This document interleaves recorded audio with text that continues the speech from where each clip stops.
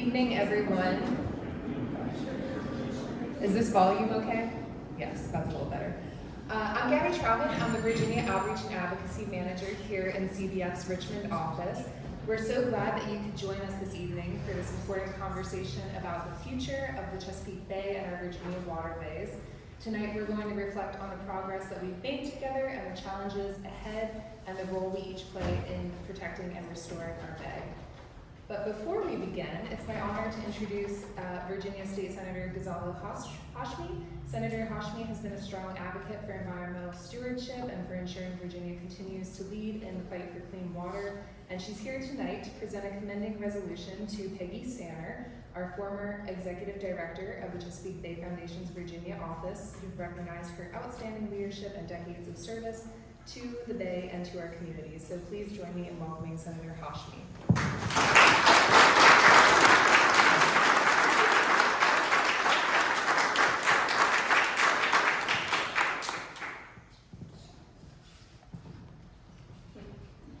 Hello, Peggy. I am just so incredibly honored to be able to join so many members of the public and the Chesapeake Bay Foundation this evening, just to honor the remarkable leadership, the stewardship, and the work that Peggy Sanner has done for so many years. I first met Peggy, I think, right after I was elected, or maybe in the process in 2019, and was so impressed by the comprehensive scope and the dedication to this effort to preserve what is one of our most critical and valuable natural resources. So we wanted to honor Peggy on the occasion of her retirement, and so we have a Senate resolution. I'm not going to read all of the whereases in here because the whereases can become a little tiresome, but I do encourage everybody to take a look at the resolution, but I want to say just a few words. In 2024, the General Assembly passed SR 26 commending Margaret Peggy Sanner for her work with the Chesapeake Bay Foundation for over a decade and her service to the wider Commonwealth. Although we were able to recognize her in the Senate gallery this past session in 2025, we've not had the opportunity until now to present her with the actual physical resolution. And I recognize that we've got an important panel discussion this evening, so I won't read all the whereases as I mentioned, but I'm sure that Peggy will allow you to come up and read it after this evening's program. I wanted to just take this opportunity to highlight Peggy's legacy of protecting the Chesapeake Bay, a national treasure and one of the Commonwealth's greatest natural resources. Peggy joined the Chesapeake Bay Foundation in 2010 as senior attorney and eventually assumed the role of Virginia Executive Director in 2020. She has played a pivotal role in building partnerships and advancing legislative and regulatory policy in the Commonwealth during her 13 years working at the organization. Peggy's been a leading advocate for the environmental community and the development and the maturation of the Commonwealth's clean water regulatory programs and all facets of the Chesapeake Bay Preservation Act. Peggy spearheaded environmental efforts across the Commonwealth, including accelerating fencing of cattle out of streams, banning phosphorus from lawn fertilizer, establishing a comprehensive nutrient trading program, expanding tree cover, securing additional wastewater treatment plant upgrades, and transferring Menhaden fishery management from the General Assembly to the Virginia Marine Resources Commission. Just one of those areas would have been significant and hugely impactful, and Peggy accomplished so much. She has also led collaborative efforts to ensure historic levels of funding for the state clean water programs to reduce pollution from wastewater, stormwater, and agriculture. You can honestly say that there's not a single tributary to the bay that has not somehow been impacted by Peggy's efforts and by the work of the Chesapeake Bay Foundation. Thank you so much for your service, Peggy, and congratulations on your retirement. And on behalf behalf of the Senate of Virginia, I'm truly honored to present the resolution to you this evening.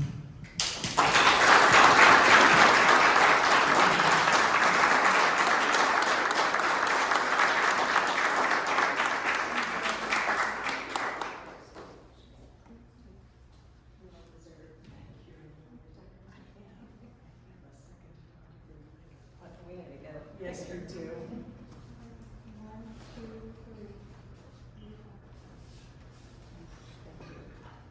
Thank you, Senator. This is an extraordinary moment. I will just say it is gratifying to be here in this group of Bay Savers. It's gratifying to be with my former colleagues. It is a deep honor to have received this from the Senate, to have been able to work with the Senate all of those years. It is especially an honor to receive it directly from Senator Hashmi. I think probably all of you know the work that she has been doing for the last many years, the work that many of us hope she will continue to do in an enhanced role in the future, which I won't mention. Senator Hashmi is an extraordinary leader for Virginia, an extraordinary leader for the environment in Virginia, the Bay certainly, but beyond that. So I thank you, Senator, for this recognition, for taking the time out of your schedule to be here tonight. And I thank all of you for the work that you're doing, the interest that you still have. This work beyond 2025 is being conducted by some extraordinarily thoughtful and committed people, and they rely on all of you. So thank you all. Thank you so much.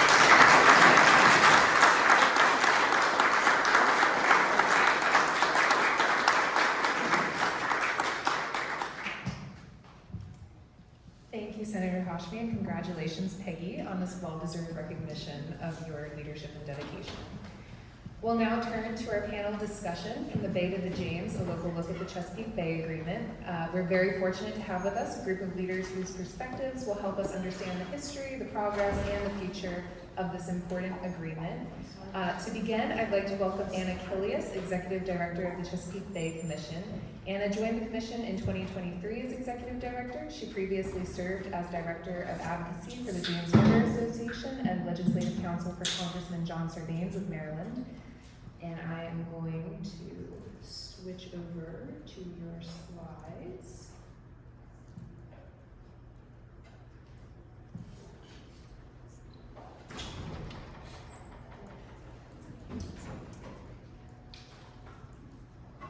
And Anna's going to start us off by giving a quick overview of the Chesapeake Bay Agreement, what it is, why it was created, how it's evolved over time, and what's new in the most recent update. I'll turn it over to you, Anna. Thank you very much. And that's my first slide, so we can move right along. All right, so before I get into the agreement, just a quick reminder of what we mean when we say Chesapeake Bay Program. When we refer to the program, we don't mean EPA. What we mean is the full partnership at the core of the restoration effort. And the leaders of that partnership are all of the Bay jurisdictions. So the flags at the top represent all of the Bay states in the watershed, as well as the District of Columbia. We mean EPA on behalf of the full federal family of partners that support this work, and the Bay Commission, which is a tri-state legislative entity created by Maryland, Pennsylvania, and Virginia. We're the legislative voice within this work. My members are mostly state legislators who spent their time and some of their legislative portfolio to help this effort along. The leaders of all of those entities are the Executive Council. They are the decision-making body of the Bay Program. So the governors, the mayor of DC, the EPA administrator, and the chair of the commission. 40 years of history in one slide. So there have been numerous iterations and updates and redrafts of the partnership and the agreement at the core of the partnership over the last 40 years. And those iterations have responded to our evolving understanding of this really large and dynamic estuary, decades of scientific study that inform us more and more about the actions we're taking and the impacts they have, and the need for adaptive management and innovation over time. We're not doing things the same way we were 40 years ago, and that's a good thing because we're constantly learning. And then our agreement shifts as our challenges and our innovations and our opportunities shift. We're currently operating under the 2014 agreement, the fourth agreement that was signed. And a decade into that agreement, it's in need of an update. It's in need of a refresh.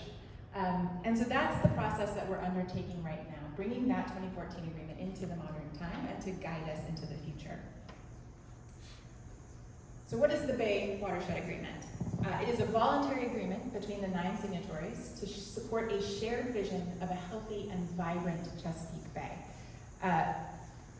In the 2014 agreement, this was actually the first time that all of the headwater states, West Virginia, New York, Delaware, they were all part of the process from the beginning. It is a holistic vision, so it means more than just water or critters. It's kind of the full complement of what we expect out of a watershed that is working for our communities and that our communities are helping to manage. That vision that we share is further broken down into 10 high-level goals and then 31 more specific outcomes that we want to see by virtue of the actions that we take. So looking at those 10 goals, they include water quality, number 3, yes, but they also include the healthy watersheds and the land conservation that contribute to water quality. The vital habitats that those lands and waters make up and provide for the fisheries that we depend upon. They include toxic contaminants and the risk that they pose to our own health as well as the health of our living resources. Resiliency to changing climate conditions and weather patterns. And they also seek to promote a watershed of engaged and environmentally literate individuals who are going to be stewards of our land in the future and will have the public access to enjoy them so that they learn to appreciate and really want to be part of the sustainable management of them.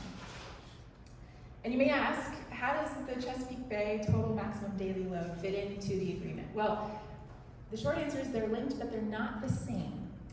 The total maximum daily load, that is the Bay pollution diet, right? The amount of nitrogen, phosphorus, sediment that we have to reduce in order to help our waters meet the clean water standards. That is a diet that was set by EPA as a regulatory requirement of the Clean Water Act. So I said the agreement is voluntary, Clean Water Act is law. The EPA sets what those pollution diet numbers are, what it takes to meet our clean water standards and provide and protect human health and living resources.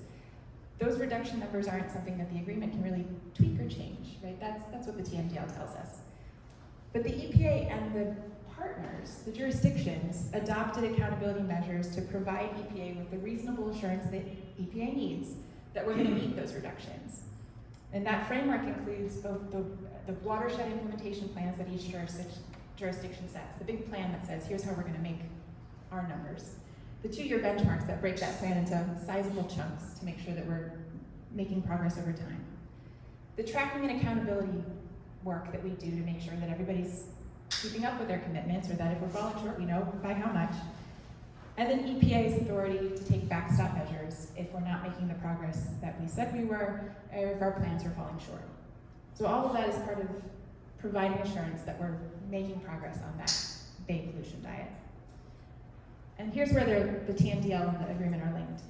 If we are meeting our TMDL requirements, then it's going to drive us towards progress on our clean water goals in the agreement.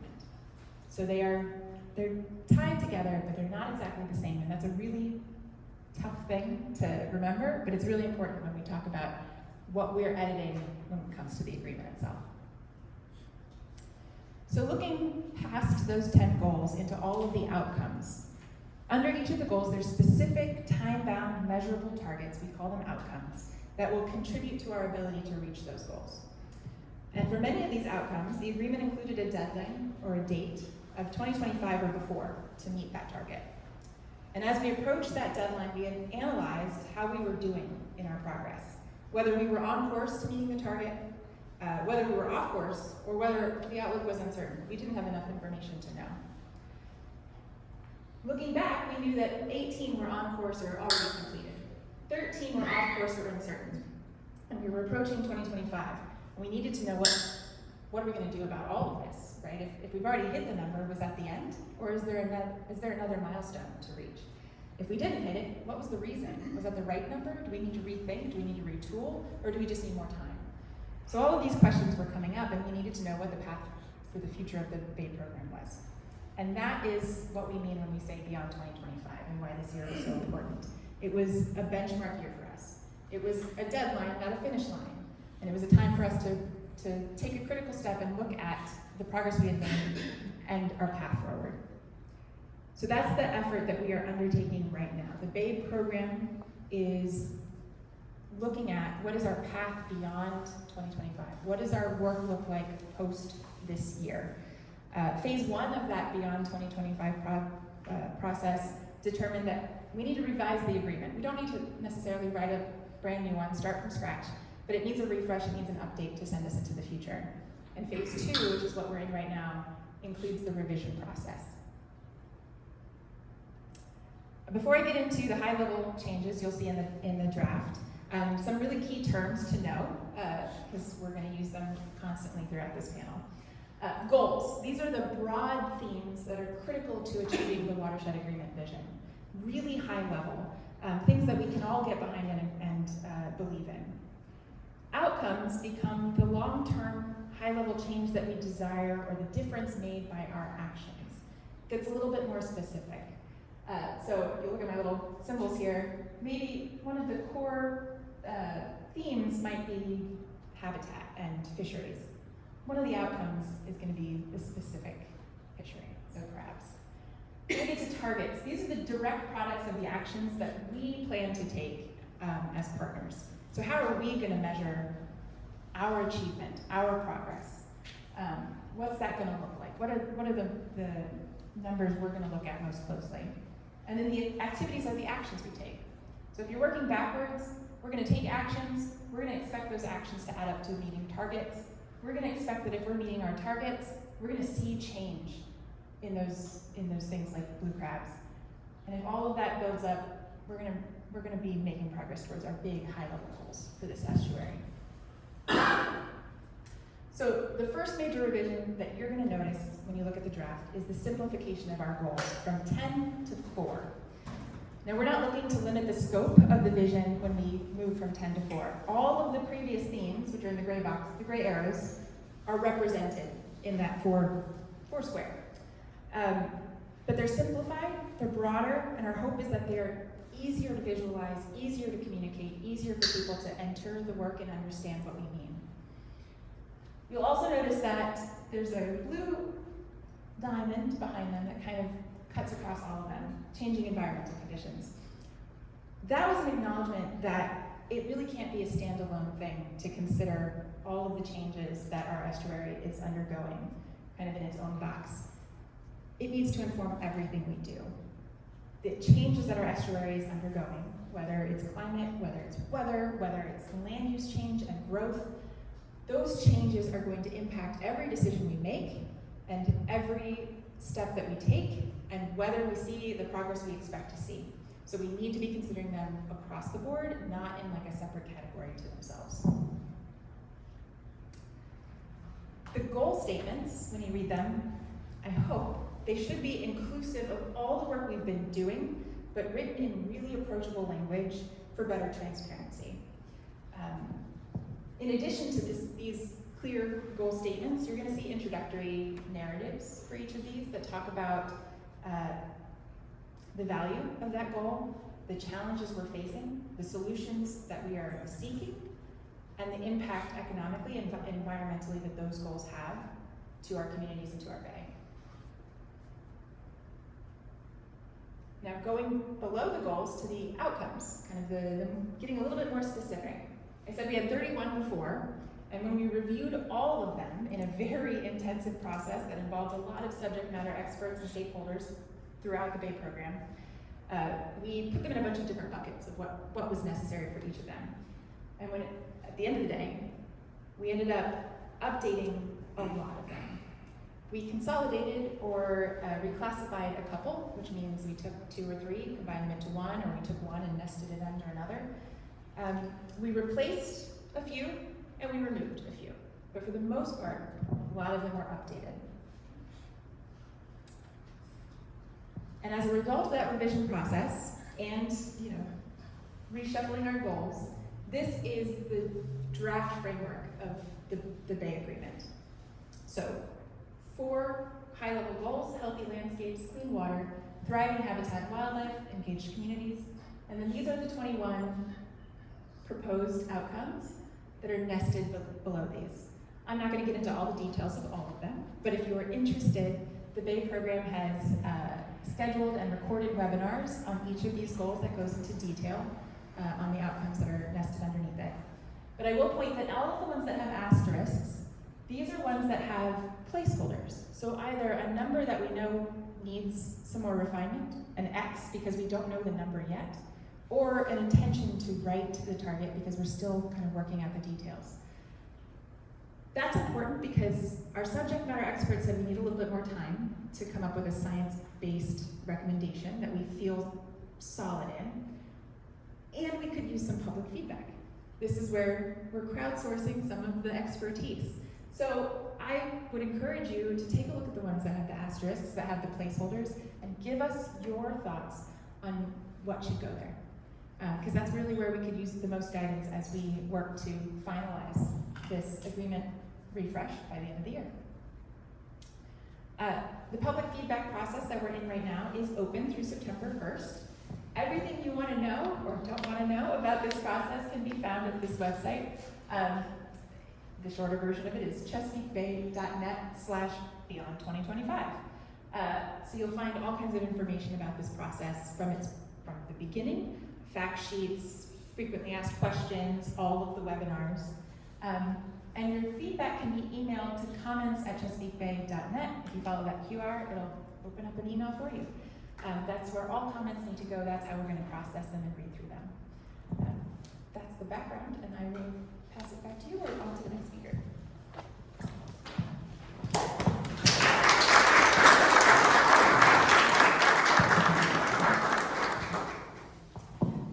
Next, we're joined by Secretary Stephanie Talion, Virginia's Secretary of Natural and Historic Resources.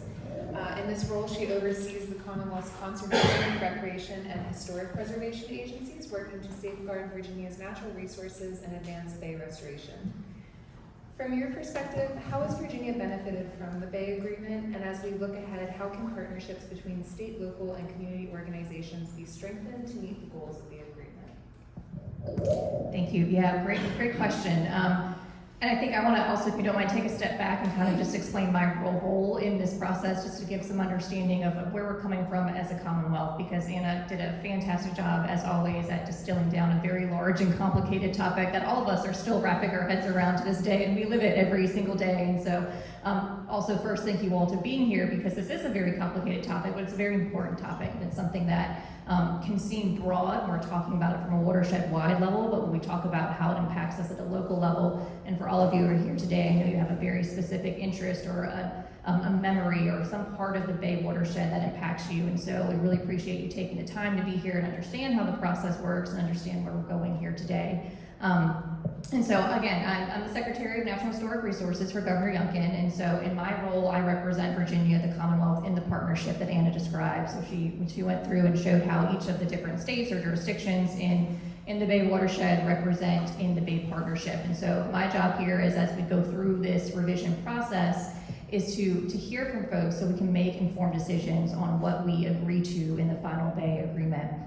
This has been quite a long process. Anna alluded to phase 1 of the process. So we've been at this for quite some time, just revising the agreement, figuring out what to do in the next phase of the partnership. And so for us, this starts back last year, determining, as Anna mentioned, the decision on, are we going to continue beyond 2025 as a partnership? What do we do with the agreement? And so I think first and foremost, that's really crucial to understand, is that the partnership collectively had to decide to stay together. That was a really pivotal turning point last year, when we all got together at the end of 2024 and said, okay, collectively, we think this work is important. We think we are stronger together than apart. And so each partner made that commitment to continuing these conversations about the agreement and continuing to work together to meet our collective goals throughout this voluntary agreement. And so last year, Governor Youngkin joined the rest of the partners to announce that Virginia remains committed to this process. We are here. We want to be active partners in the conversation and the decisions that go forward. Leading up to that, in December of last year, he issued Executive Directive 10, positioning the Commonwealth for continued success in Chesapeake Bay restoration efforts. We know we have had tremendous success to date. We are leaders in oyster space and blue crab. We know we have work to do with our water quality goals, but we are so very close to getting there thanks to the work of all of our stakeholders and partners in the space. And so we knew that we have to have a roadmap for what we're going to do going forward to continue that success and not stop, but continue to build upon it and keep moving forward. Pedal to the metal, down the accelerator, whatever metaphor you want to use, that's where we are now at this point, is driving forward and building upon our past success in the future. And so that's how we've approached this agreement here. Our conversations and our discussions about what remains in the agreement has been based on what has worked here in Virginia, what are we doing that has been successful, where can we as a partner add value to the partnership, and where do we get value from the partnership and being part of that? Because again, I mentioned we're stronger collectively in some areas, and so part of our job here has been figuring out what does this agreement do? What else is stronger than working independently? Because we can't, unfortunately, the Bay Agreement can't do everything in the Bay watershed space because there's so much going on in the watershed space. And so one of the things that I like to tell folks, and we've reiterated throughout this amendment process, is that just because you don't see it in the agreement does not mean that Virginia is not working on it. We have fantastic folks, both within our agencies and our partners in the NGO community, who are doing this work on the ground and will continue to do so. And so our focus has been, how can we utilize the agreement, utilize the partnership to be more effective and more efficient in our Bay restoration efforts? And so we've asked that question as we've decided, does an outcome stay in the agreement? What should the outcome be? What should the target be? What resources are going to it? Have we met that outcome? And if not, why not? If we don't know if we've met it, why do we not know if we met it? It's been really important to us to set realistic, attainable goals. Stretch goals are good. They should be part of this discussion and part of this agreement, but we want to make sure that there is a realm of possibility that we can achieve that goal. And so I think that's really part of this conversation here, is figuring out, as we dive into the targets, what is realistic for us to achieve as a partnership, and that's a really big piece of that here. Going forward, as we have this public feedback period, Anna mentioned how important it is for those places where there are asterisks, and if you read the actual document, you'll see X's in certain places, and that's intentional. This has been a very, very quick process. We've had a year, we alluded to last year, we all agreed at the end of the year to come back together as a partnership and work on revising the agreement, and the deadline we gave was the calendar year of 2025, and so that's a very quick time period to get this done. We did not even go into the structure of the Bay program, but I will just add that every decision we make as a partnership has to go through multiple levels of governance, and so that adds time and complexity. It's a consensus-based partnership, so that is taken into consideration. We are one partner in this. We're a very important partner. We're a very important piece of it, but we have other partners to consider, and their goals and their wishes to consider as well. So it's a very complex structure and a very complex agreement that we're entering into. But again, as we go through this agreement, the public feedback period process, we said that what comes out of here for public feedback, we are comfortable putting it forth for discussion. Doesn't necessarily mean that we agree with everything in the document as it stands, but again, that's intentional because we really want to hear the public's feedback on this. We did, I think, the best we could in a short period of time, but we recognize that there are some gaps in the document. There are some areas where it could be improved. Another thing that was really important to us as a Commonwealth, and I don't want to speak for the whole partnership, but I think for a lot of partners as a whole, was making sure that this document and the work the Bay program does overall is more accessible to people who don't live it every single day. And so we've really tried to incorporate more plain language to streamline the document, refer to getting it down from those 10 goals and 31 outcomes down to 4 and 21, which maybe not seem like a huge jump down, but I think it does streamline it, make it a little bit easier to follow. Maybe we missed the mark a little bit on some of those. Maybe it's not quite as easy to follow, and that's where y'all come in. If you're not living this day to day and you read this document and you say, I don't know what that means, that's the feedback we need. We want to make sure that you understand what's in this, and understand how Virginia is working for you and your localities and the Bay as it appears in your backyard. And so that's really important to us. And we say that we want public feedback, we mean that. And so I'm really excited for this process. We've already gotten a lot of comments so far. Had 8 stakeholder meetings today with folks to hear about their comments, their feedback on the meeting, and so I think we're really having some productive conversations about the future of Bay work, and I'm very optimistic about that. And I know I didn't answer the question at all, so I'm happy to go back to that or pass it on. I don't know where my time is. We have just a couple more minutes. So the question was, As we look ahead, how can the partnerships between state, local, and community organizations be strengthened to meet the goals of the agreement? And maybe what's a lesson you've learned from working with the other states that could improve collaboration moving forward?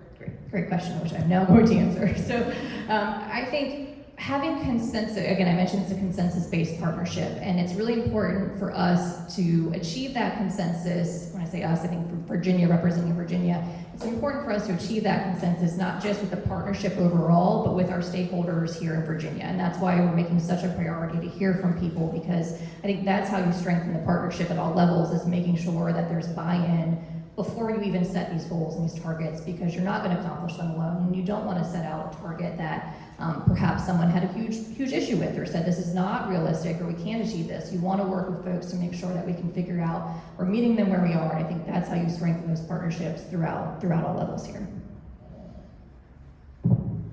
Thank you very much.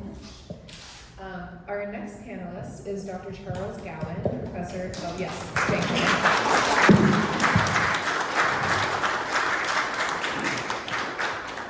Our next panelist is Dr. Charles Gowan, professor of biology and environmental studies at Randolph-Macon College. His research and teaching focus on freshwater ecology and watershed restoration, and he's published extensively on stream health and impacts of environmental policy.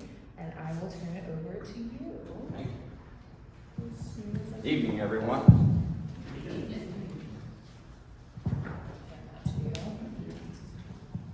Let's see if the HDMI cord goes in. Yes. Yes. All right. There's me. Thanks everybody for being here. Everybody interested in the Bay. The executive director, secretary, did a really nice job of laying out a lot of details. I'm an aquatic ecologist, so let me give you my perspective as a person who literally most of the day stood in a river.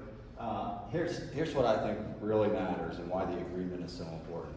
We do know what's wrong with the Bay, and if you're here, you probably know already too. Fertilizer, dirt, sediment, and there are a few other things, and there are goals that address all of those. We know how to fix it. We need better land management, and in particular, better stormwater management, and a few other things, and the agreement specifies those in detail. Again, perspective as a fish biologist. So, if we know what the problem is and we know how to fix it, why hasn't it been solved? And see all those jurisdictions on the map, New York, Pennsylvania, etc. Well, here's a true sociological fact. When everybody's responsible, no one is. And so what happened when people first said, back in the 70s, earlier, we need to do something about the Bay, it was just a lot of finger pointing. Two ways. It's not our problem. We didn't cause the problem. And then when reality hit, okay, we do cause some of the problem, but we're not doing anything about what we're doing until everybody else does something about what they're doing. It's a classic kind of stalemate. That was before 1983. 83, the first Bay Agreement got signed. And that's a little Pollyanna that everybody really put all their hands together, but in spirit, that was what the intention was and largely has been. And in my mind, the agreement says two basic things. We're all responsible and we all have common goals.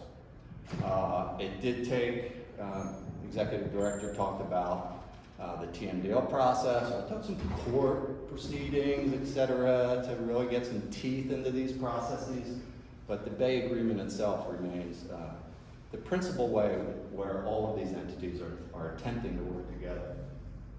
Okay, so you get the Bay Agreement in place, and so you can set some goals, and then you can start to move into actions. And that's why I think I was invited, because I've taken some action. So I'm going to pick a couple pieces of the agreement and tell you how Randolph-Macon College and a lot of other folks have been working on these problems. So there's the goal. This is from the current draft agreement. It boils down to we need to have less fertilizer and less dirt in the Bay. And so how do you do that? How do you get less fertilizer and less dirt? One major action is stream restoration. So this is Meachums Creek, runs right next to the college I work at. Saw that it was in a lot of trouble and got some grants that would not have been available. The Bay Agreement, the TMDL process was not in place. Got some grants. That creek is thoroughly broken. Oh, by the way, it's erosion from stormwater. That's why we need to have better stormwater management. And the erosion puts fertilizer and dirt into the bay. That stream's so broken that you don't fix it, you just dig it up and put a new one in. And that is a major engineering. There's people who are really good at figuring out how do we make a stream channel not a road, even though it is surrounded by parking lots, roofs, and roads, and is getting a lot of stormwater all at once. And there's people who can figure that out, and then you replant it with native riparian vegetation, and you don't have the fertilizer and the dirt anymore. One thing I was asked to comment on is what are some of the challenges for this kind of stuff. And I'm going to get into that this way. The biggest challenge is the task is enormous. You can see phase one right in the middle of the screen. Those are the photos I just showed you. That was 2010, we completed that. We completed phase two in 2018. They were about 1,200 feet apiece. There's my title, 1 foot at a time. 1,200 feet apiece. Phase three, which is right under the Wawa. The town of Ashland, phase 1 and 2 were partnerships between the town and Randolph-Macon with grantors. Town finished phase 3 on their own. Town is now looking to finish phase 4. That'll be 4,000 feet of restored stream that's not delivering fertilizer and dirt, 1 foot at a time. The little black box in the far left, that's the piece of the stream that we restored. The rest of the box has the rest of Meachums Creek, 21 square mile watershed. That fits into the York. There's Meachums, the black box in the middle is the Meachums Creek within the York. And the York is about 5% of the total Bay watershed area. That's an enormous number of streams to need to fix over 64,000 square miles. Okay, the second example I'm going to talk about is this boils down to let's remove dams and fix culverts that block aquatic organisms from traveling up and downstream. My personal favorite, Ashland Mill Dam, just north of the college, about 4 miles from my office. 13-foot high concrete dam built in about 1913. Dams were there before that for at least another 100 years. So this is blocked fish that need to move between the ocean and fresh water to complete their life cycle. It's blocked for a couple hundred years. The mill went out of business. Dam no longer necessary, still sitting there blocking fish. So what do? Pretty obvious. Let's take it out. You take it out with a big chisel. And I have a little time lapse here. Oh, this is rubbing your stomach, tapping your head, trying to do this back. So this is just this past fall. Oops, so they come in, I grab it. So they just chisel it away, take the weekends off.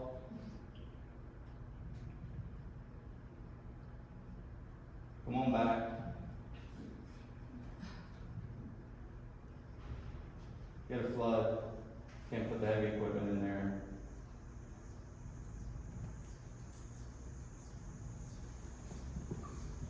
Finish it up. Took about 3 weeks total. And as the thing said, says there 200 miles of habitat open.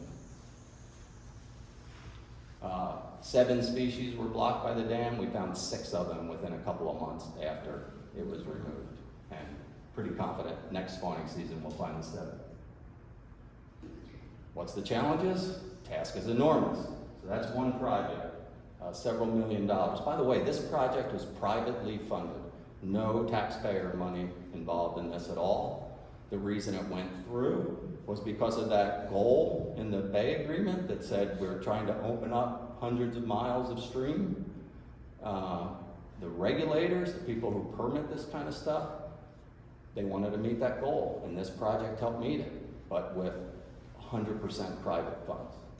So they're knock-on effects of the agreement. It's just not everything's on the taxpayers' shoulders. There are 8,000 barriers in the watershed. The task is enormous. There's our biggest challenge. So you've already heard me say all of that. And then just to finish with some pretty pictures on the left, me catching a shad just below the dam.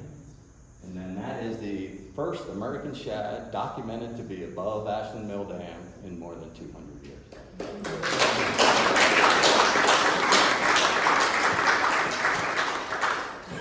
And I talked about knock-on effects, things that the agreement does.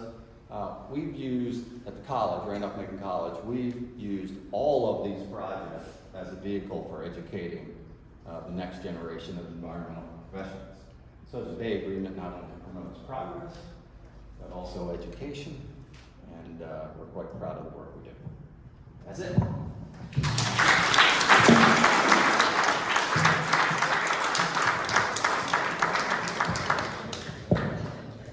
Thank you, Dr. Gowan.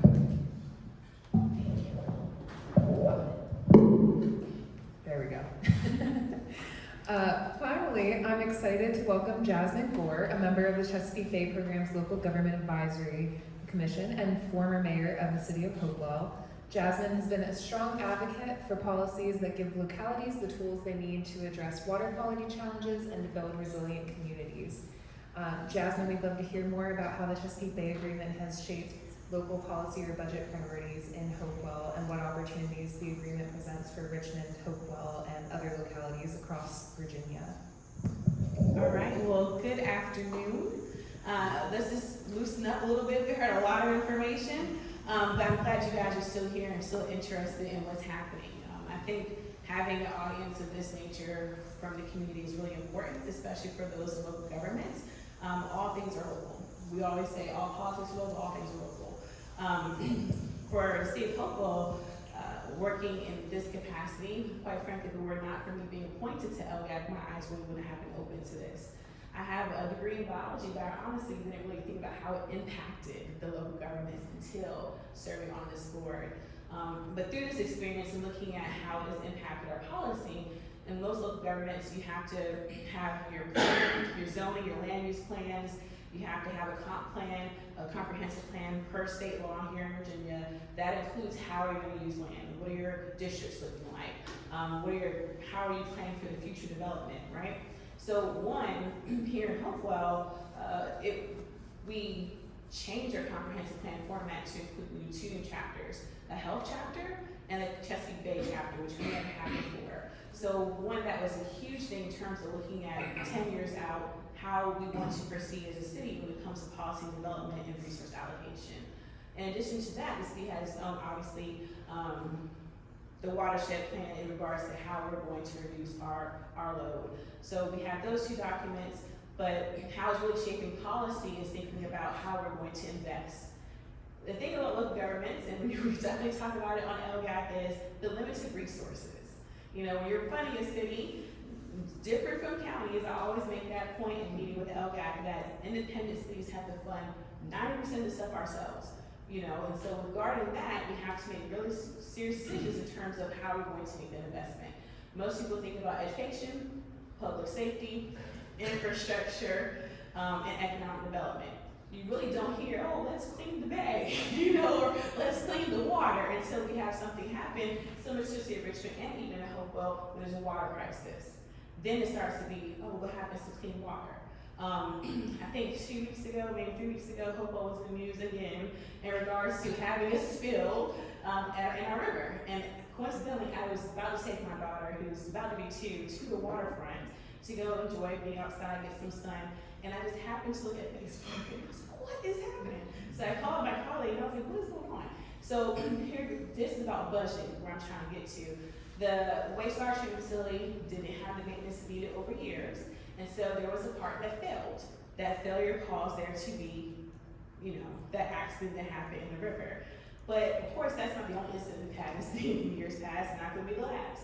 But that's what I'm talking about in terms of policy decisions, funding decisions. And that's why it's really important, especially for local governments, especially smaller local governments, to have resources at national, at the federal level and the state level to help offset these costs. Because if not, how are we going to sustain them? So we look at budgeting decisions. We implemented a stormwater fee. In order to do that, we had to hire staff to run the stormwater program. We had to make ordinances and policies in regards to what does it look like. How does it impact driveways? How does it impact paving roads? Who gets to have a break on paying the fee? What is the rate that we're going to charge? That's a new fee we have to tax that we're adding citizens, right? Who likes to get more taxes? Nobody. So how do you express to citizens, hey, this $4 a month really isn't a big deal, but it may for some people's households, but this is going to help long term. This is going to help us prevent your yard from flooding. This is going to help us make sure that you can swim in the river. This is going to help us ensure that you can fish in the river or go to Riverwalk like I was trying to do and not have to look at sewer water, right? So it really does impact how you're making decisions, not just literally from the technical side in terms of how are staff funding these projects, steam restoration, how are they implementing these things, do they have the budget to operate it? Not just, it takes time for staff to plan a project, then they have to make sure it gets approved, they have to get grants, then if they happen to get the grant, it has to be maintained, right? That's a lot of manpower, staff, and salary. And not just to mention the funding that goes along with actually doing the project. And so when you have these decisions, you're looking at your budget, you have to decide police raises or stream restoration, And so that's the reality of the situation. That's how it really impacted us in the city. And I think all jurisdictions moving forward, that's going to be a decision that people really need to be cognizant about. And I think having awareness regarding the issues and having the public be an advocate for what they want to see in their communities is important. In order for that to occur, we have to have plain language for people to understand the impact of what's at us. I don't remember the second question, Jess. You were just starting to get to it of what opportunities the updated agreement presents for communities at the local level. Yeah, I think simply that, having the public understand the impact and then being able to understand that things cost money. We have to fund these projects. And oftentimes people say, well, just cut this or cut that. Okay, stuff still, just like your household, there's contracts increases, there's utilities that increase. So just because you might cut something in the city, you're still probably not breaking even to go figure out a way to pay for something else because all costs increase over time. So people have to understand that there's going to have to be a way for us to fund these things if we don't get resources from the state and federal government. And having that knowledge and understanding, especially from the community, from the local government being responsible for explaining it to the community goes a long way. But then also it's important for local government officials to have the guts to say, I know that we want to do these nice things, but this is something that's important for the next generation. Or this is really important for you to have clean drinking water tomorrow. We need to make these changes. And so, hey, this funding we want to do is going to have to wait. But also, I think that the future that it has for local governments, especially what's going on technology-wise and innovation that you see from the partners that's working on this issue, is that we can do 4 things at one time. We have a river walking Hopewell. It's a great recreational amenity for people to come from anywhere to visit. If you haven't gone, please go visit Riverwalk. But also, so it's health and wellness, right? It gets people exposed to the environment. It opens up their awareness of why it's important to take care of the environment. But then also, it's a restoration project. So you can do things where it's just not the scientific side of us fixing something. It still can have a public component to where it meets everyone's needs. And I think there's an opportunity moving forward for people to find those solutions, but then also have ways to explain this where the public understands. Hopefully that answers your question. It did. Thank you very much. Before we move into our audience questions, I'm going to pose a few questions to each of our panelists, and we'll go down the line so you can each share your thoughts. To start, what's at stake if we don't keep up the progress that we have made under the Bay Agreement? All right, microphone's at me, so I will answer. I think it goes back to what I was talking about at the beginning is the value of partnerships. And I think if we don't continue to show what can be accomplished from a partnership, then you risk losing the folks who are coming to the table to continue to work together. And so I think it's so important that we have a strong agreement that represents the collective interests of the partnerships so that we can maintain that progress. I think the agreement also enables us to do that as well. So I think it's kind of a two-way street in that aspect. I would just say, and thank you so much. I would just say, again, speaking from the local government perspective, I can only give this example. So when I drive through the city, there's a national cemetery, a national veteran cemetery. It's nestled behind a gas station in the middle of some houses. You'll never know it's there, right? But that's because when that cemetery was built, no one thought about the priority of preserving that space. They built around it. There was no planning, no ordinances in place to preserve it. And here we are now, like, oh man, we wish you would have took care of that site. So I think what's at stake is similar to that. If you don't take the time to preserve it and make changes now, 20 years down the road, 30 years down the road, we're like, oh my goodness, we wish that we paid attention, right? And so I think that that's crucial, especially with some of the things that's happening with the environment. But I think that it's pretty much a time where we have to be forward-thinking. And I think that's really what's at stake, because I think that we're really gonna see the impacts when the riverfront house that people love to buy are falling into the river, or flooding in Petersburg, had a national disaster, national state emergency. Why? That's not a coastal community. So I think that when people really start seeing its effects and it's impacting them and their family and their loved ones, then they'll really start to realize that we should really make some pressing decisions. My answer to that is we've made a lot of progress, but when I first started giving talks about the Bay, the population was 16 million, and now on that map you saw 18 million. We're building more parking lots, more roofs, there's more people. If we stop now, we're just going to lose all the progress that we made. It takes continual improvements in these things, and the Bay Agreement is a way that all the partner entities have said they want to approach it. And I guess I'll just put a finer point on everything my fellow panelists have said. Our entire way of life in this region is built around having the Chesapeake Bay and the watershed as a resource.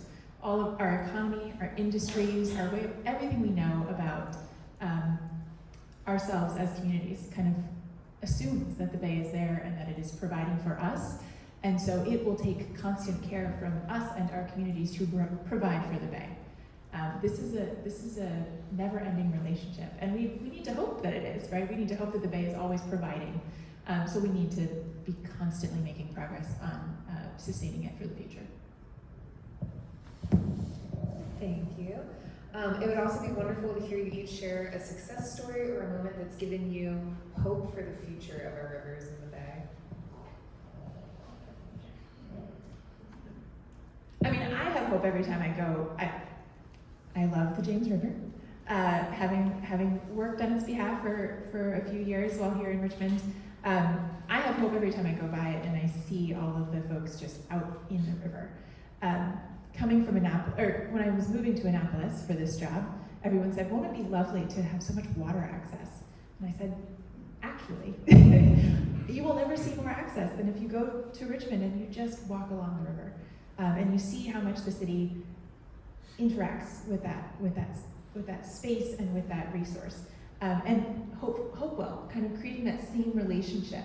That's what gives me hope for this work, is to see people connecting with it, enjoying it.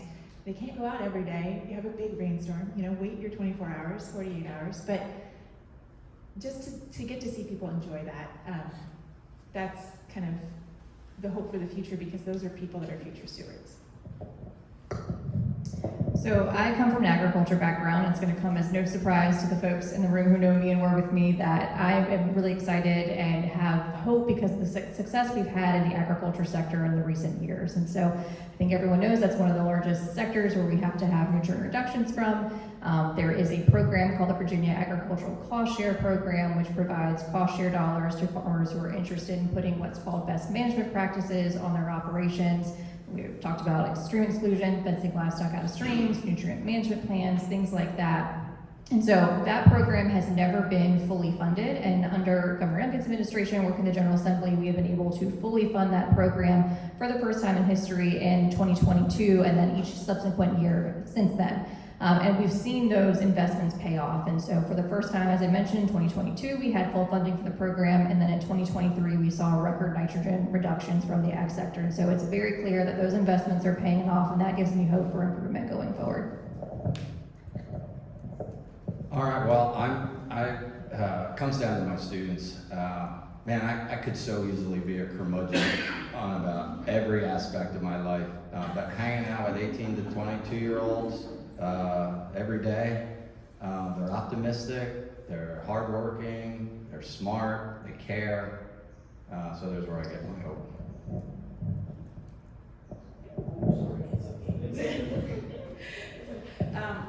I guess I don't want to be cheesy, but I would say opportunities like this is what brings hope. And that's because I think during COVID, people slowed down. They were forced to. I think during that time, people really got to step outside and really smell the roses, no pun intended. And I think in that experience, people started thinking about the world differently, right? Do you remember when COVID happened, Times Square had deer and other animals running through it? Who would have thunk, right? And how the canals and what was the gondola, like it was clear. And so I think people started to pay attention to that and how much we impact the world that we're living in. And I think that there's some remnants of that still existing. And I think that what we've seen with policy, the governor investing a lot, historic levels in regards to the Bay, I think people will be more aware of what's happening in the environment. I think opportunities for people to really have these lived experiences, I think is what brings hope.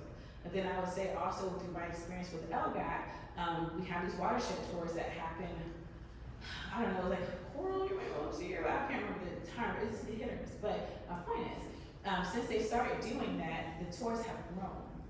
And what I've seen is there's been an interest at all levels of government to go on these tours to see firsthand these actual demonstrations of how best practices have made a difference in the communities. And the hope that I see on the ground in Pennsylvania, Delaware, Maryland, Virginia, DC is showing that people are really invested in this work and they are making a difference, and that energy is going to grow. It's already had momentum now, but I think it's really going to be a spark that's not going to be, let out easily. So I think that's the hope.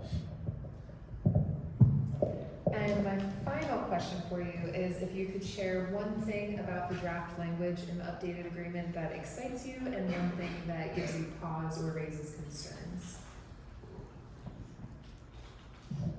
I'm going to abstain from both of those. So a really specific answer, I really like the work done to get us down to 4 goals. I think it's much easier to follow, and Anna gets a lot of the kudos and credit for getting us to that point because she did a lot of the work to get us there. And so I think it fits the charge that we were given as a partnership to streamline and make the agreement more understandable, more easier to follow. And so I really like the 4-goal approach. What maybe gives me pause or concern is where we still have placeholders, and that's why I mentioned we need some feedback on that. So that's another area, again, I'll reiterate that we want feedback, we want to hear your thoughts on those portions.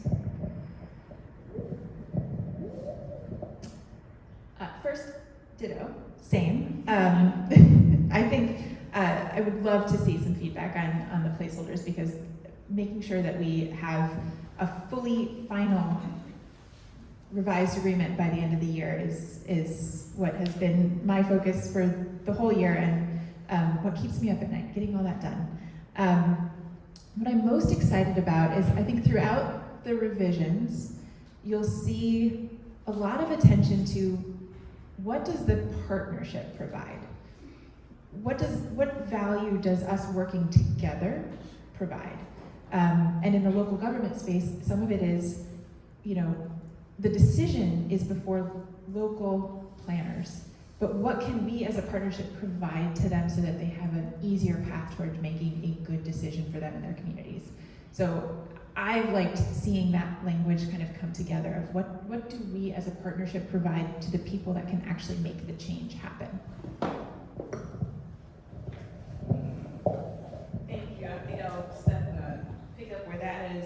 I think that's my concern regarding this is the same thing I've seen serving on LGAC is there's so many different ways local governments operate, especially amongst the states. And I feel like that lack of synergy doesn't have an opportunity for us to really work together as closely as we could and should be. I think that also there is still a vast misunderstanding of how counties, towns, and cities operate in terms of planning, ordinances, funding, that decision makers and those who are technical experts need to really understand. But then also I think there's a lack of opportunity for smaller communities to actually get in on some of these grants and be able to have first try at some solutions, right? If you're not, no disrespect to City of Norfolk, they're gonna get like the chance to do something cool and fun, right? Because they're a big city and they think about the waterfront, okay, great. But smaller communities may not have that opportunity, you know, and I think that's a missed opportunity there. And I feel like that's still a gap that is really why that needs to be closed, and understanding how local government operates, especially when they're the ones making the decisions. And then having the resources that go there. And I think lastly, in regards to the staff, if you don't have staff invested in this and take it personal and think it's important, it's not going to reach the decision makers. There's a gap there. And then I will say the opportunity that makes me excited about this is, again, changing the verbiage to where everyday citizens can understand the impact of what's in this plan.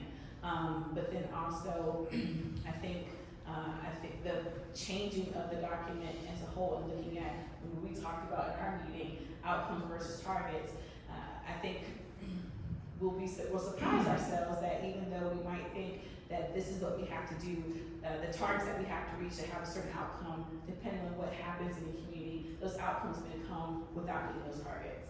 And I think that's the exciting part that we might see as we move forward with this. Thank you so much to each of our panelists for sharing their insights and expertise. I'd like to give them a round of applause.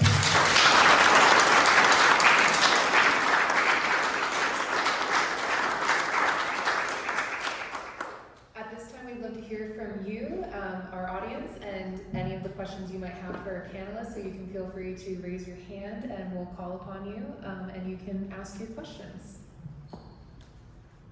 No. Hi, this has been fantastic. Thank you all. The EPA is talking about changing the way that it monitors and controls, and I don't recognize that we all understand the intricacies of what that may happen, so I don't want to ask you what you think that's going to look like. My question is, Clean Water Act, if that's no longer the mechanism that legally binds people from doing some of these measures, what other instruments are there available, or what other either legislation or agreements can we talk about to kind of ensure that we're still working toward progress and working together and that kind of thing? So I think first and foremost, the Clean Water Act is still the tool, the main tool. I don't think that, in playing the hypothetical game, I don't think that is a conversation that we're gonna, that's I guess just not on the table from our perspective at this point. That is still the law of the land, if you will. And so putting that aside, what's happening at the federal level, regardless, no matter what administration is in office, no matter what priorities are, we still have a state structure. And so that's something when we were reviewing what goes into the agreement, what we're supportive of going into the agreement, we reviewed what our state legislative mandates, administrative mandates or goals are. And so that's something really important to consider. Wetlands is a really good example of that. We have state protections for wetlands that supersede any discussion we're having at the federal level. And so I think we always have our state regulations and laws to fall back on.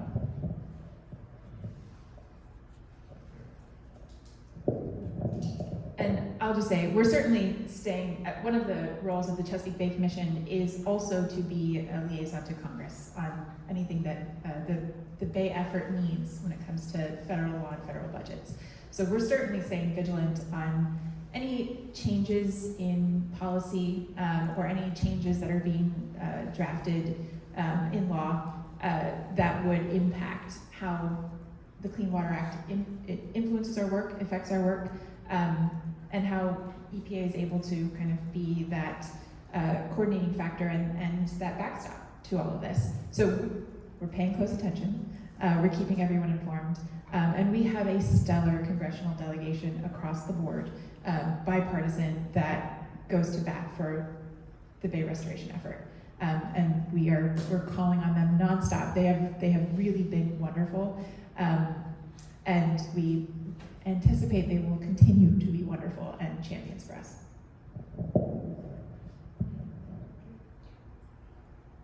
I'll chime in.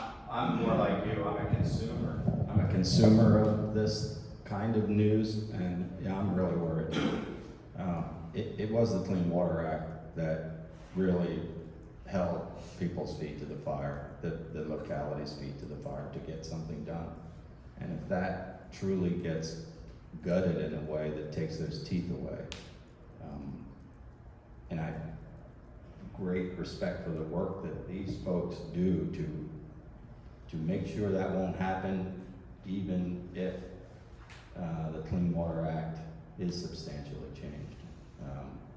But the history shows us that it was the Clean Water Act that really got things moving in the bay in a substantive way.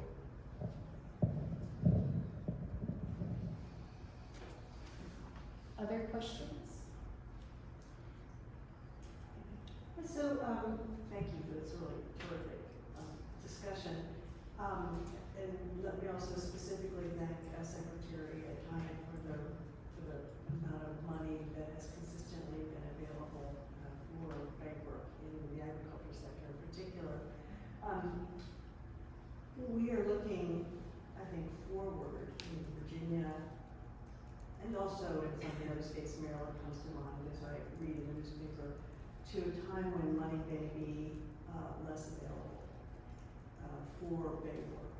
And I wonder if there is any account taken of that impending possibility, or I would say probability, as you all do the work related to Beyond 2025.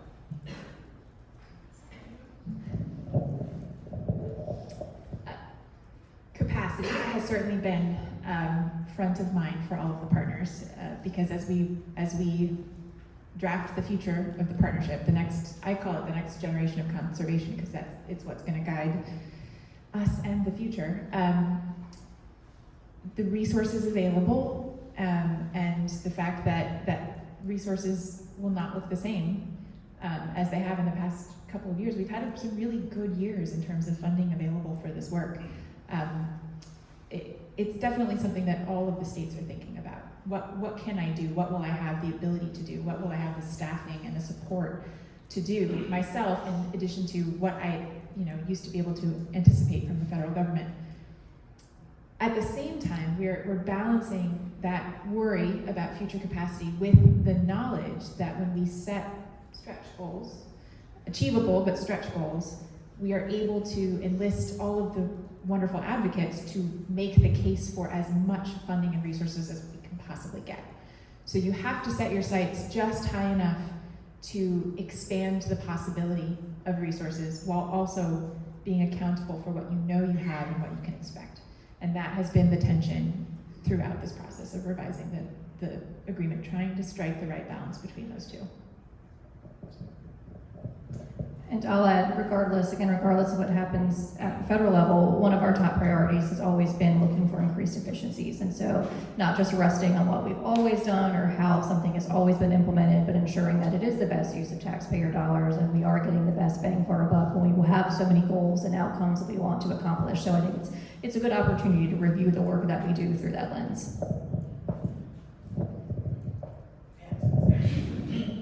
I know I mentioned funding a lot because it's really important.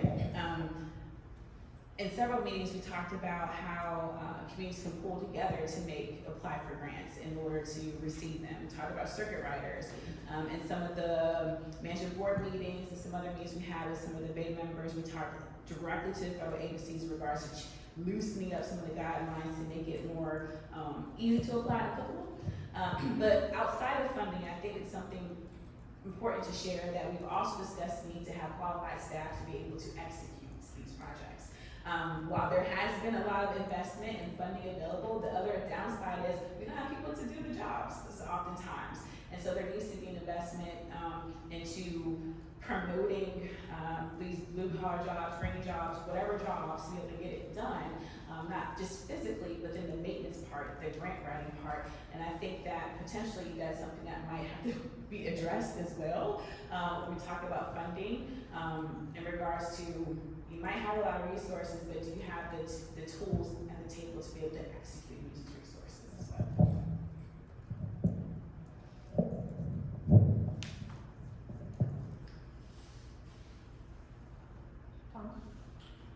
Tom Dunlap with the James River Association. So I'm going to ask about the James River. That's my role here tonight. But, you know, I think as both an advocate for the James River and a resident of the city of Richmond, I can't help but notice that the James River's been awfully brown the last several weeks in a row, finally starting to clear up. And this reminds me that Virginia, in trying to reach its clean water goals, is striving to reach goals for nitrogen, phosphorus, and sediment across the state. But amongst the individual tributaries, perhaps we're not actually meeting those targets for the individual tributaries.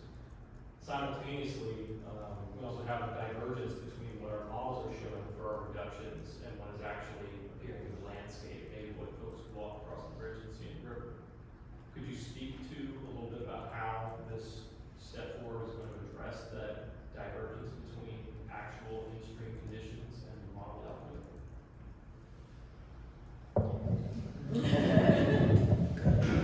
Right, so that is, I think, the next conversation happening is modeling and monitoring. And as you, for those who don't know, we judge our progress based on the Chesapeake Bay Watershed model. And so you feed in inputs of things that are happening on the ground. I mentioned best management practices earlier. You feed those into the model. It tells you the progress that you're making.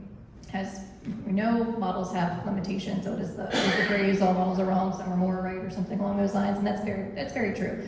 But that is the roadmap, or that is the tool that we have right now to measure our progress. And so I think it's really important to, this is the game we have, this is how we measure our progress, and we are continuing to move forward towards meeting as already previously established goals. And so it's important to not change the way we measure progress while we're still measuring that progress.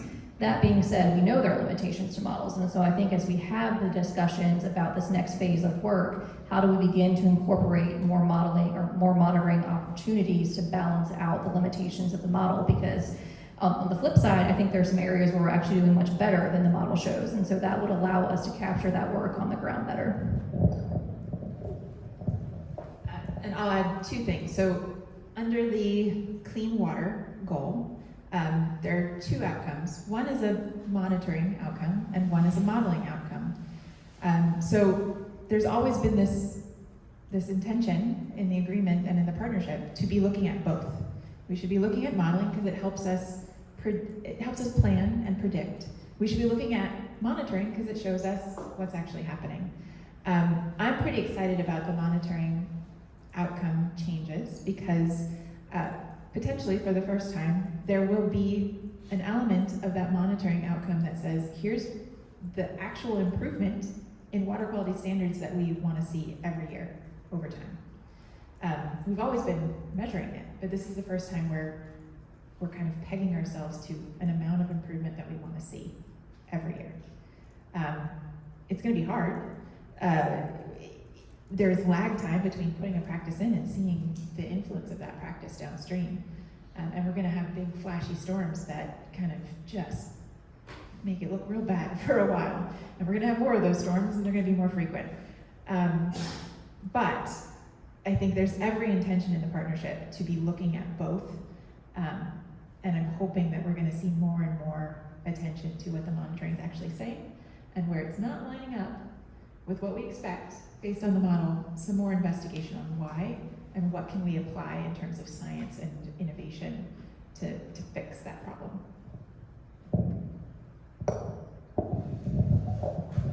Yeah, as a practitioner, it has disappointed me that it's pretty easy to get money to implement a project, and the benefits of that project, cost-benefit analysis is based on the model. And I've been very happy to get the money. When I've gone back to ask for another pot of money to do the monitoring, so site-specific, we restored Machumps Creek in Ashland, has it met the performance standards? That money has not been available. The models are where the predictions are coming from. So I've had a love-hate relationship with that process because I realized, first of all, how expensive monitoring is. So we don't have a lot of money to do the monitoring. And if we don't put some faith in the models, then the whole process is going to grind to a halt and nothing's going to get done. I don't want that either. On the plus side of monitoring, though, we are doing, and this is not my area of expertise, but my understanding, we are doing a really pretty solid job of figuring out how many pounds of nitrogen and phosphorus and sediment are getting into the bay a year. USGS does a really good job with their river input monitoring program of calculating that. So we know whether, in a grand scale at the bay level, whether we're meeting the goals or not. The disconnect is when you break it down to something that went on in Ashland, Virginia, did that have the predicted benefit that it would? We're not at that scale, and that would be an incredibly expensive scale to get to. But there are groups working on that. There's some really good groups based in Maryland who are putting a lot of effort into individual project monitoring to figure out, to calibrate the model, basically, because it's not that all models are wrong, very good. It just needs to be constantly calibrated, and we can do that with some monitoring data. Any other questions? Yes. Just a quick process question. There are other things that have to be beyond the big three y'all are talking about, like fishery management and invasive species. Are management addressing those issues with the scope of this agreement? And if so, what are you doing about it? Yeah, the short answer is yes, very much so. That's why we've got in the draft agreement now 4 goals, 21 outcomes encompassing a variety of all the other things beyond direct nutrient reduction. So yes, we're talking oysters, we're talking blue crab, we're talking environmental literacy, we're talking protected lands, public access, all the things is the short answer. Yeah, and if you specifically look under the Thriving Habitat and Wildlife goal, you'll see crabs, oysters, fish habitat, the fish passage, the connectivity, and bringing down barriers. You'll see brook trout. You'll see SAV, the submerged aquatic vegetation that provides the habitat to fisheries. So fisheries is very much a critical part of the agreement. Clean water is great, but if there's nothing living in it, it's really only half the battle. So we have every intention that providing that support to making sure that we're managing those iconic species well and providing the critical habitat for all of the fisheries we rely on is a part of this partnership.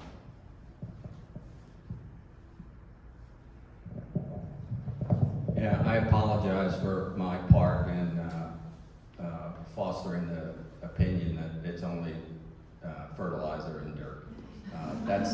That's what I worked on, so that's what I focused on. But you notice I had a bullet in there that said a few other things. And there's some really important few other things out there, and the Bay Agreement does a good job of covering all of them. So sorry. It's okay. You'll be next, Becky. I saw you had a question. Hello, I was wondering if anyone could speak to the decision to not grant a federally recognized tribe signatory status in the agreement?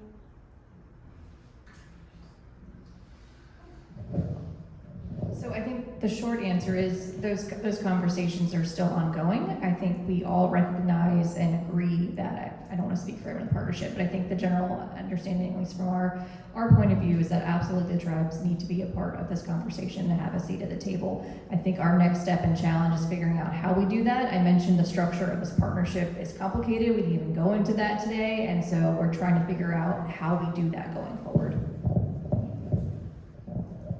Yeah, I think it needs to be a really strong and full conversation with the partners and with the tribes to make sure that everyone understands the opportunities, the responsibilities, what being signatory means, and how we're going to make sure that everyone is fully clear, when that time comes. the decision wasn't made to say no. The decision was made that we need to have a whole conversation so that we all understand everybody's wants and needs out of that conversation, and don't, promise anything that we then can't show and do.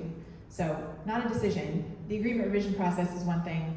Having that deeper conversation about roles, responsibilities, opportunities is just one that is a different and longer and deeper one that needs to happen. And Peggy, you had a question? Just a little question. Is it the case that among those few other things you mentioned, Dr. Gallen, that this agreement in its current form will still include potentially modified toxics outcome? As PFAS mentioned, for example. I'm gonna pass that. Again, the short answer is yes, there is a toxics outcome in the draft revised agreement. And it does mention PCBs, plastics, mercury, and PFAS, not exclusive. So as other contaminants come up and the partnership decides to expand focus to those and support information sharing, gathering, ways to either mitigate or prevent contamination, that is part of the outcome.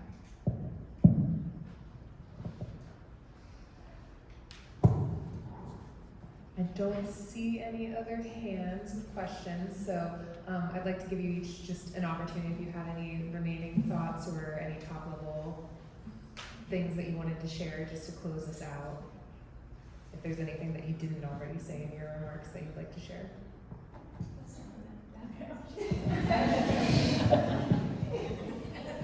Okay, no, I actually noticed I kept looking this way, so I apologize. I was doing that because I have it. So, actually, no, I really don't, other than saying thank you again for this opportunity to be present and have this conversation. I really enjoy being a part of this discussion and hearing from different perspectives that I don't get to interact with on a day-to-day basis in regards to the work in the Bay. But I really don't have anything other than sticking around for a little bit longer to talk about other issues if you want to come up and chat. But other than that, just to say thank you. Yeah, thanks everybody for coming, and it really is an honor to be sitting up here with you folks doing amazing work. We're really lucky to have the Bay, and we all know that, but I mean it in a different context. The Bay, as this agreement shows, is really a rallying point around which we solve a lot of other problems. Stormwater runoff, harvest management, et cetera, et cetera, et cetera. There's a lot of places in the country that can't manage their natural resources as well as we can because they don't have such an important rallying point to center the efforts around. Thank you. I will also echo thank you all for having us here tonight, and thank you for joining and staying for this conversation. I think my parting words would be to reiterate that we are making progress. We are on the right track. Yes, there are some specific targets that we haven't quite met yet by pre-established dates, but that doesn't mean we stop working, and we are very much headed in the right direction. And so that's why we continue this work together. And so the other thing I'll say is that, the partners have committed again to being together for this next iteration, this next phase of the agreement. And so that, coupled with the progress that we're making and the trends we have, I think is the take-home message here, is that we're moving in the right direction. We're committed to continuing to do so. And I'll pick up on two things that I heard. To me, the agreement is commitment and it's opportunity. It's commitment because the people that actually sign it are committed to putting their efforts, putting their agencies, putting their funding, their resources towards meeting these goals and outcomes. It's opportunity because the people that sign this can't do it alone. It's just impossible. We need everyone throughout the watershed doing their part. We need the NGOs, we need the for-profit corporations and companies, we need every industry, we need the students, we need their parents, we need everybody. And so the opportunity here is we want everybody to see themselves in this agreement. We want everybody to see a place for them. We want them to see a benefit to them. And so as you think about your feedback, should you provide it, maybe that's the bar. Do you see commitment? Do you see opportunity? Do you see a place for you and your community? Do you see benefit to you and your community? Because that's really what this agreement is and should continue to be as it guides the partnership. Thank you to each of you for sharing your expertise and your thoughts with us, and thank you to all of you for being here this evening. We really appreciate you joining us for this really important conversation about the Bay and our local waterways. And before we wrap things up, I did want to reiterate that you do have the opportunity to share your feedback on the agreement. We have a QR code here as well as in a few different places around the room that we welcome you to submit your comments. We also are going to follow up with this as well as some more information so that if you'd like to dig into the agreement and updates to it a little bit more, we'll give you all those resources. And it really does make a difference for you to share that feedback so that it can be incorporated as the process continues.